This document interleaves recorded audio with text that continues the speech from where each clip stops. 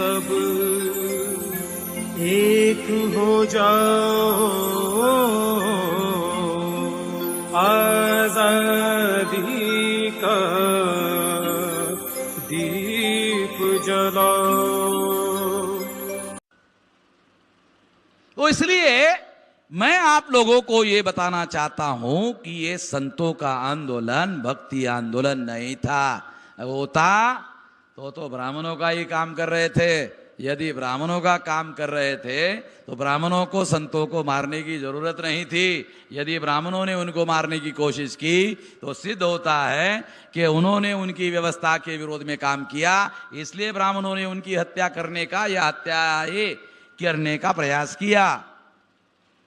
इसका मतलब सिद्ध है कि संतों का आंदोलन विद्रोही आंदोलन था, व्यवस्था के विरोध में आंदोलन था। यदि आपको एविडेंस चाहिए, एविडेंस उनके वाणी में अवेलेबल है। देखो मैं एक उदाहरण आपको देता हूं ताकि आपको पता चले। ए ब्राह्मण मत पूजिए जो होवे गुणहीन, पूजिए चरण चंडाल के जो होवे गुण परवीन है। क्या इसका क्या मतलब है कि ब्राह्मण को पूजना नहीं चाहिए, जो ब्राह्मण गुणहीन है उसको पूजना नहीं चाहिए।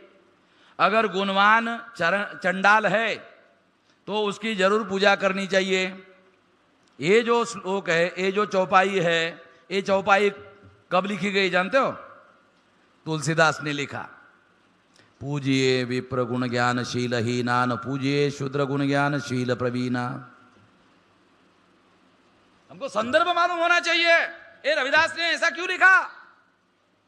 गोसावी तुलसीदास ने लिखा। क्या लिखा?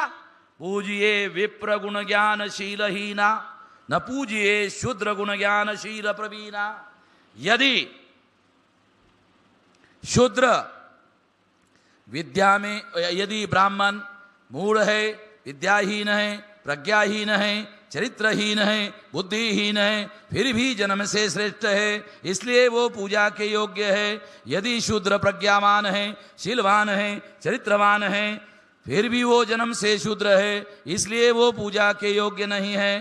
तुलसीदास ने अपने चौपाई में ये लिखा। इसका जवाब देने के लिए इसके विरोध में रविदास जी ने लिखा, ब्राह्मण मत पूजिए जो होवे गुणहीन, पूजिए चरण चंडाल के जो होवे गुण परवीन।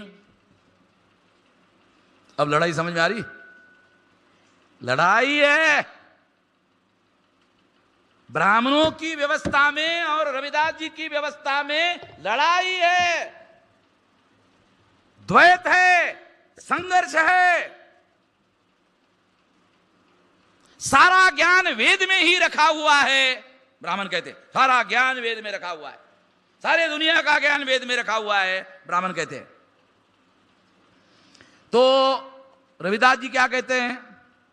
वेद के बारे में उनका 4 ही वेद किया खंडोती, 4 ही वेद का खंडन करता हूं और वो ये मैं ऐलान करता हूं, ये चारों वेद का खंडन करता हूं, इस बात का ऐलान करता हूं कि इस वेद में किसी किस्म का कोई ज्ञान नहीं है। इसको पढ़ने से कोई आदमी ज्ञानी फैनी कुछ नहीं होता है, बकवास है। लड़ाई, लड़ाई है।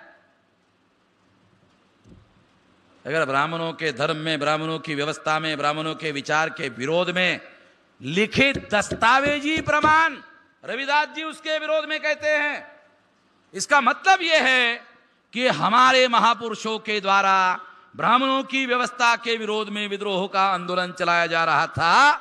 और जिस समय में रविदास जी जीवित थे उस समय में रविदास जी उसका नेतृत्व कर रहे थे, कोई सामान्य काम नहीं कर रहे थे। नेतृत्व करना कोई सामान्य मामला नहीं। नेतृत्व करने का मतलब है लाखों लोगों को प्रेरणा देकर वही कार्य करवाना जो कार्य वो खुद करते थे। जो कार्य बाबा साहब अम्बेडकर ने, ज्योतिराव फुले ने बाद में किया, वही कार्य अपने समय में ज्योतिराव फुले ने किया। अगर इस समय में बाबा साहब अम्बेडकर ने जो काम किया उस समय रविदास जी ने वही काम किया, उस समय के रविदास जी अम्बेडकर थे। मैं ऐसे मानता हूं। हमको इसके बीच में किसी किस्म का कोई द्वैत खड़ा नहीं करना चाहिए। जो द्वैत खड़ा करने वाले लोग हैं वो बाबा साहब आंबेडकर और रविदास के दोनों के शत्रु, दोनों के दुश्मन हैं। इससे हम लोगों को सतर्क रहना चाहिए, हमको बचना चाहिए। तो इस तरह से साथियों ये जो आंदोलन है भक्ति का नहीं, ये आंदोलन विद्रोही आंदोलन था। और अगर ये विद्रोही आंदोलन था, ये भक्ति का आंदोलन नहीं था, तो ब्राह्मणों ने इसे भक्ति का प्रचार क्यों किया? बहुत अहम सवाल है, इसका जवाब हमको होना चाहिए, हमारे पास जवाब होना चाहिए। जब ये भक्ति का नहीं था, विद्रोही था, तो ब्राह्मणों ने इसका भक्ति का प्रचार क्यों किया?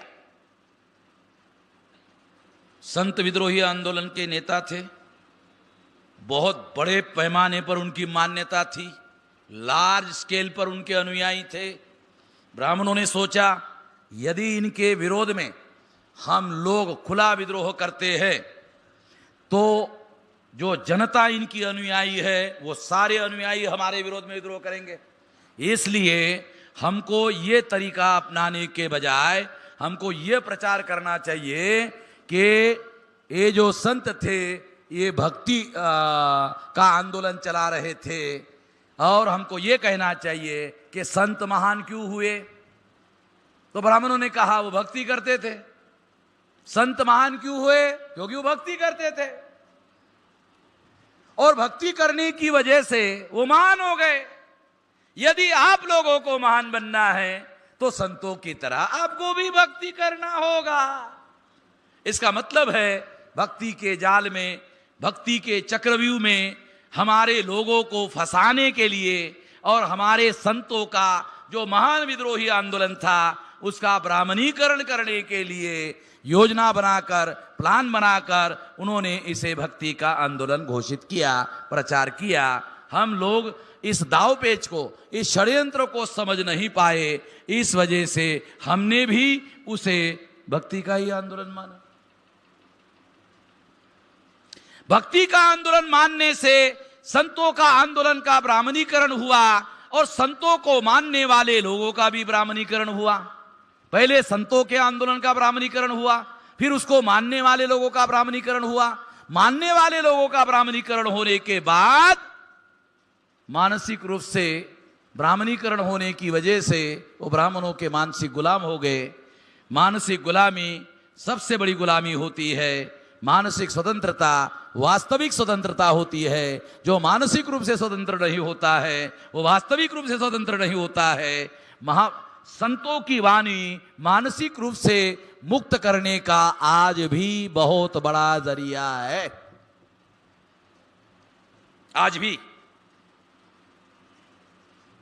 इसलिए मैं ऐसा मानता हूं कि संतों के बारे में जो कथा कहानियां किंवदंतियां प्रचार में लाई, उससे ज्यादा, उससे बेहतर उनका जो ओरिजिनल साहित्य है उसकी व्याख्या करनी होगी, उसका इंटरप्रिटेशन करना होगा। और जो घुसपैठ ब्राह्मणों ने उनके नाम पर की उसके लिए एक कसौटी निर्धारित करनी होगी कि जो वैज्ञानिक या तर्क संगत नहीं है वो हमारे संतों का नहीं हो सकता, अंधश्रद्धा वाला नहीं हो सकता।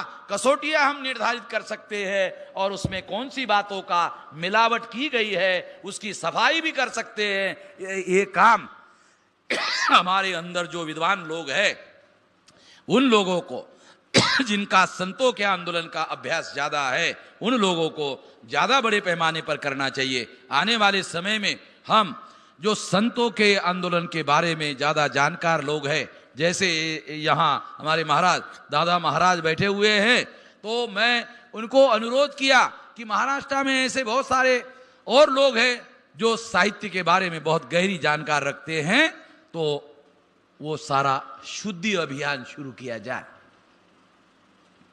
शुद्धि अभियान, उसमें मिलावट किया पंडितों ने, ब्राह्मणों ने, उसका शुद्धि अभियान चलाना होगा।